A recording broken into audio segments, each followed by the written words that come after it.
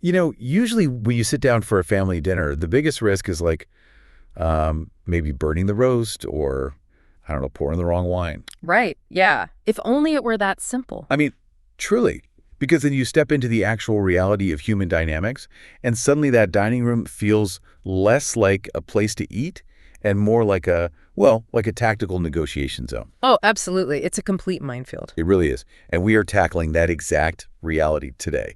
And having you, the listener, sitting right here is like the crucial third person in this conversation. It's what makes this entire process work. Yeah, because we are getting into some incredibly relatable and frankly some pretty heavy territory today. Exactly. It's the absolute definition of an emotional minefield, like you said. And it's something almost everyone navigates, but often without even realizing the profound physical toll it takes on their underlying biology. Right, the biological cost is massive, and most people are completely blind to it. This is so true. And that is why today's deep dive is exclusively Season 1, Episode 5 of the Biohacking Consciousness series. Yeah. We are looking specifically at the resonance clarity framework of Dr. V. Now, for those of you who've been tracking with us through the previous 4 audio sessions, you know we've been following a very specific case study. We've been tracking Alex. Right, Alex. She's a young, married, female professional, and she's been carrying around what the framework calls a metabolic heavy bag. Yeah, the heavy bag. It's such a great visual. It really is. It's this invisible psychological backpack stuffed to the brim with, like, stress, absorbed anxieties, and completely unvetted expectations from the whole world around her. Yes. And in those initial 4 sessions, we meticulously mapped out how she acquired that heavy bag over time. We looked at all the conditioning. Exactly, the conditioning. But, theory only goes so far in a vacuum. The true test of any cognitive or biological framework is real-world application. Which brings us to the mission for today's deep dive. We are focusing on an event called the Muddy Dinner. The Muddy Dinner. This is where it gets real. Oh, yeah. It's a real-life challenge where Alex has to actually use this resonance clarity framework to navigate a highly toxic environment without absorbing all the chaos into that heavy bag. Right. So let's set the scene for a second. Alex and her husband are hosting a dinner at their home. The guest of honor is her, let's just say, highly critical mother-in-law. We all know the type. Oh, for sure. Yeah. So they have barely finished the appetizers, and the passive-aggressive comments about Alex's career choices, her living room decor, it's already started flying across the table. Yeah, we can all visualize that specific brand of tension, right? Absolutely. The air just gets thick. And to understand what is happening to Alex in this moment, we have to look at her historical baseline. Right, like how she normally reacts. Exactly. Traditionally, in these dinners, Alex would default to acting as an energetic sponge. An energetic sponge. Man, I've been there. Right. We all have. She would just sit there, smile tightly, grip her napkin, and essentially soak up the tension. Just take it all in. Completely. Her internal narrative would be consumed by trying to fix the mood, just to keep the peace. Okay, let's unpack this. The framework has this brilliant analogy for this specific state that just perfectly captures that feeling. Oh, the radio analogy, yes. Yes. It says that when your nervous system is operating like this, it's like an old car radio with a jammed scan button. It's so accurate. Like, when you're driving through a new city and the radio just keeps frantically skipping from station to station, picking up all this static and noise. Yeah, just absolute chaos. That is what your brain is doing. It's frantically scanning and picking up the external emotional weather in the room. And in this case, it's the mother-in-law's passive aggression. Right. And it treats it as if it were his own native broadcast. That analogy works perfectly, really, because it highlights the complete lack of internal control. Yeah, you're just at the mercy of whatever is playing. Exactly. In the resonance clarity framework, Dr. V identifies this specific state as the first stage of human frequency. It's called the incoherent mind. The incoherent mind. Or it's also known as the absorber frequency. In this state, your nervous system is basically locked in a survival-based posture. Oh, wow. Yeah. So it actually thinks it's in physical danger. Yes. It interprets the social tension as a literal threat and tries to manage that threat by absorbing it, hoping to neutralize it somehow. But absorbing it doesn't neutralize it, right? Not at all. It just transfers the toxicity from the room directly into your own body. Precisely. And what's really fascinating here is that the physical reality of that transfer process. Right. Alex isn't just having, hurt feelings. She physically feels the mud of that criticism sticking to her actual identity. The mud. That is such a visceral word for it. It is. When she operates as an absorber, she is taking someone else's unvetted chaos and literally metabolizing it as her own insecurity. Metabolizing it. Wow. Yeah, her heart rate changes, her digestion of that dinner actually slows down, her cortisol spikes. Over a comment about a couch. Exactly. This is why the framework emphasizes that internal biological coherence is not just some, peripheral wellness goal. Right. It's not a spa day. Right. You aren't doing this just to feel relaxed on the weekend.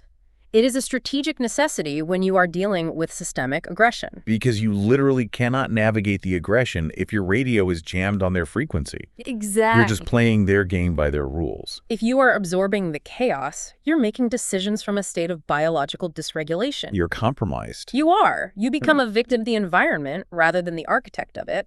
You're letting someone else's dysregulation dictate your biology. That is so powerful. Okay, so we know her historical baseline is to absorb. But as they sit down to the main course, and that passive aggression just, continues to build, we actually get to see the physical toll of that heavy bag in real time. Yes, the bag gets heavier. Right. Alex physically notices something happening. She feels that invisible backpack filling up with these unvetted emotional narratives. It's a tangible weight. It is. I mean, she didn't ask for her mother-in-law's opinion on her career trajectory, but she is suddenly carrying the metabolic weight of it anyway. And we really need to pause here and be very clear about the true cost of this heavy bag. Yeah, let's get into that. Because this isn't just a clever metaphor for feeling a little bit stressed out. Right. It acts as a tangible physiological load on the nervous system. Carrying this unvetted baggage is akin to waking up, putting on a 40-pound weighted vest. 40 pounds, man. Yeah, 40-pound vest, and then walking into a room to negotiate a high-stakes deal, or, in this case, host a family dinner. Which can feel like a high-stakes deal. Oh, absolutely. Your baseline exhaustion is already so incredibly high from that vest that your capacity to process new information or even just respond gracefully is severely compromised right from the start. But wait, let me push back on this for a second. Sure. Because if you are sitting in your own dining room wearing this 40-pound vest, and you are actively being attacked in your own home, I mean, shouldn't you defend yourself?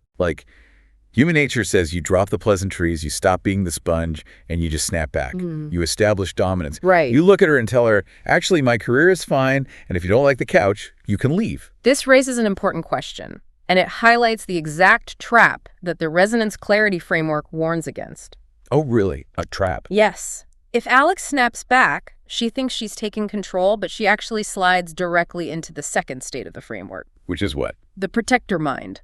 Dr. V calls it the defender frequency. The defender frequency. See, to me, I don't know, that sounds strong. It does sound strong. Right. It sounds like finally standing up for yourself and setting a boundary. It definitely feels like power in the heat of the moment, I'll give you that. But structurally, biologically, it is a catastrophic loss of energy. Really? A catastrophic loss. Absolutely.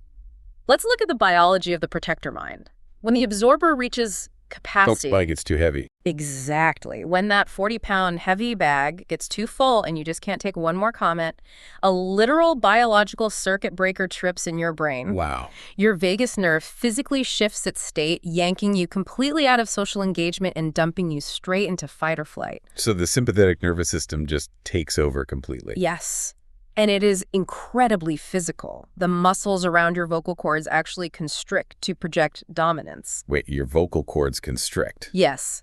Which is why when people finally snap at a dinner table, their voice suddenly becomes sharp, clipped, louder, and completely devoid of warmth. Oh my gosh, I can hear it now. I've done that. We all have. You are reacting as if you are facing a mortal threat, like a predator in the wild. Wow. So your body literally changes shape to go to war over a comment about living room furniture. Exactly. It's like intentionally short-circuiting your entire house's electrical grid just to turn off one annoying alarm clock. That is a brilliant way to put it. Yes, You are creating massive collateral damage to solve a very localized problem. Right. Any temporary relief or that false sense of energy you think you gained by finally snapping and defending yourself, it is immediately lost. Because of the fallout. Exactly. Okay. It evaporates in the smoke and ashes of guilt, the awkward silence that follows, and the massive amount of energetic output required for relationship repair afterward. Oh man, it's the boomerang effect. Completely. You short-circuit the grid, and now you have to spend the next 3 weeks rewiring the whole house just to get the lights back on. Which is exhausting. Right. So if being the sponge doesn't work and destroys your peace, and going to war doesn't work and destroys the relationship, what does Alex actually do in this moment? Bro. Because right now in the narrative, she is on the brink. Her circuit breaker is about to trip. Right. But she interrupts the pattern, right? She stops herself from shifting into that defender frequency. This is the pivot point of the entire dinner. And really, it's the crux of this whole audio session. Here's where it gets really interesting. Because instead of absorbing or defending, Alex uses the core solution from Dr. V's framework, the lotus leaf principle. The lotus leaf principle. It is a remarkable mechanism, and it's actually derived from ancient wisdom, specifically the Bhagavad Gita. Oh, wow. Yeah, but it isn't just philosophy, you know. It leverages a very real, observable, biological reality. Okay, how so? Well, if you look at a lotus leaf in nature, where does it grow? In swamps, right. Mud. Exactly. It thrives in muddy, murky, stagnant water. But if you pull a lotus leaf out of the water, its surface is completely waxily impervious to the mud. Waxily impervious. Yes, it is fully immersed in a toxic or chaotic environment, yet it does not absorb the weight of that chaos. The mud just beads up and rolls off. I just love that visual. Fully immersed, but waxily impervious. Right. But let's get highly practical here. Let's walk through exactly how Alex does this at the table, because, I mean, I'll be honest, I'm skeptical of how easy this is to deploy. It takes practice for sure. Because she doesn't have time to excuse herself, go to the guest bedroom, and meditate for 30 minutes. She is literally passing the potatoes while her career is being critiqued. Right. So how does she become the lotus leaf in real time? It comes down to a series of micro practices. They require very little time, but immense internal intention. Okay, walk us through it. First, she visualizes that lotus leaf. She anchors her mind to that specific image of the mud rolling off. Got it. Visual anchor. Then she takes a single intentional deep breath. And this is crucial because that breath signals safety to the nervous system. It prevents that circuit breaker from tripping. Right, it stops the fight or flight. Exactly. And then, instead of absorbing the passive aggression, she lets the comments hit her auditory processing, but completely refuses to attach her identity to them. But wait, how do you just refuse to attach? I mean, that sounds great in theory, but when you're hurt, you're hurt. That is where the next step comes in. To make that visualization actually stick in her biology, she pairs it with a proven psychological technique. Okay, what's the technique? It's called effect labeling.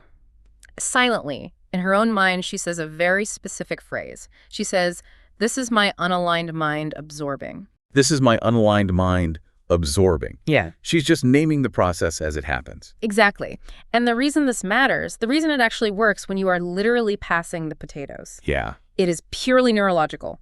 When you are being passive-aggressively attacked, your amygdala, the reactive fear and emotion center of your brain, Right, the lizard brain. yes, it is flooded with activity. It is screaming at you to either absorb and hide or attack and defend. Right. But by intentionally finding language to name the emotion or the frequency, you force a neurological shift. Oh. Because language requires a different part of the brain. Precisely. Language processing and rational observation require the prefrontal cortex. Wow. So by silently saying, "This is my unaligned mind absorbing," you literally redirect blood flow and electrical activity away from the reactive amygdala. That is wild. And you reboot the analytical prefrontal cortex. You decouple your core identity from that temporary emotional state. You are basically hitting Alt-Delete and rebooting the computer right before it crashes. You're forcing your brain to become an observer of the stress, rather than a victim of it. Yes. Naming it separates her from the emotion. It keeps her grounded in her own peace. Right. In that microsecond of observing, she realizes she doesn't have to manage her mother-in-law's incoherent frequency. That is not her job. No, it's not. And she doesn't have to defend against it either. She just has to maintain her own internal coherence.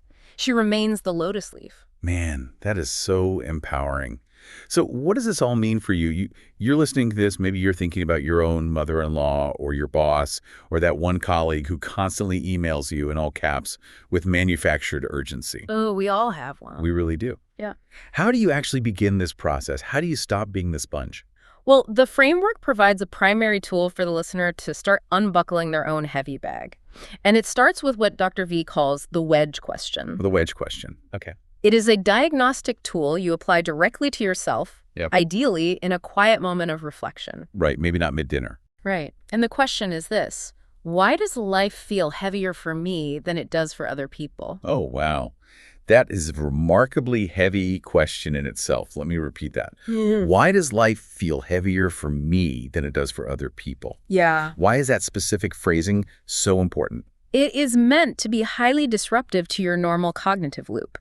Asking this question introduces vital friction into your daily processing. Friction. Yes, we talk a lot about friction being a bad thing, right? But here, it creates a psychological wedge between your core identity, who you actually are, and your learned exhaustion. Learned exhaustion. Meaning we just get used to carrying the 40-pound vest and we just start believing it's actually part of our body. Exactly. We think the vest is our skin. Wow. But by asking the which question, you force your brain to acknowledge that the weight you are carrying is anomalous. It isn't natural. It's an add-on. Right. It helps you realize that this separate entity is comprised of unvetted baggage, borrowed anxieties, and absorbed expectations that actually belong to other people. Yeah. Once you introduce that friction and recognize the vest as separate from your skin, you can begin the process of manual frequency management.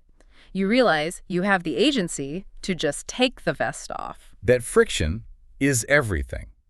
It's the sacred space between the stimulus and the response. Perfectly said. Once Alex creates that wedge at the dinner table, she's no longer trapped.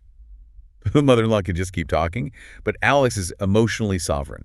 She's reclaimed her dining room. She really has. And if we connect this to the bigger picture, mastering the lotus leaf at a single dinner is really just the beginning of Alex's transformation. It's just lever one. Exactly. Now that she knows how to stop absorbing the toxic mud, she has to learn how to actively reset and broadcast her own positive frequency when the stakes get even higher. Right, because mastering a dinner table is a great first hurdle. But what happens when the trigger isn't just a passive-aggressive comment? Yes. What happens when the threat is sudden, tangible, and terrifying? Like, say, waking up on a Saturday morning to a massive, completely unexpected car repair bill that threatens to wipe out your savings. Oh, the dreaded car bill. That is exactly where the framework takes us next. Financial panic almost always bypasses the absolver state and triggers the protector mind instantly. Oh, I bet. You want to fight, you want to blame, you want to panic. Exactly. But the next evolution for Alex is learning how to move into the third state of the framework, and that's the aligned mind. The aligned mind. And what I love about how she handles that budget battle is that she doesn't just try to, think positive thoughts about being broke. No, toxic positivity doesn't work here. Right. She uses physical anchors. She literally plants her bare feet flat on the kitchen tile, forces her shoulders to drop, and uses her physical posture to signal biological safety to her nervous system. That somatic mind-body connection is absolutely crucial. Yeah. By shifting her posture, she changes her biological frequency, Yeah. and that allows her to ask what Dr. V calls the angelic mind question, which is, what is the most true and resonant action I can take right now? She moves from panic to aligned action. She does. And it doesn't stop there. Yeah. Because it's one thing to handle an isolated dinner or even a single surprise car bill. Right. But what happens when the chaos isn't an event, but an ongoing cycle? The chronic stress. Yeah.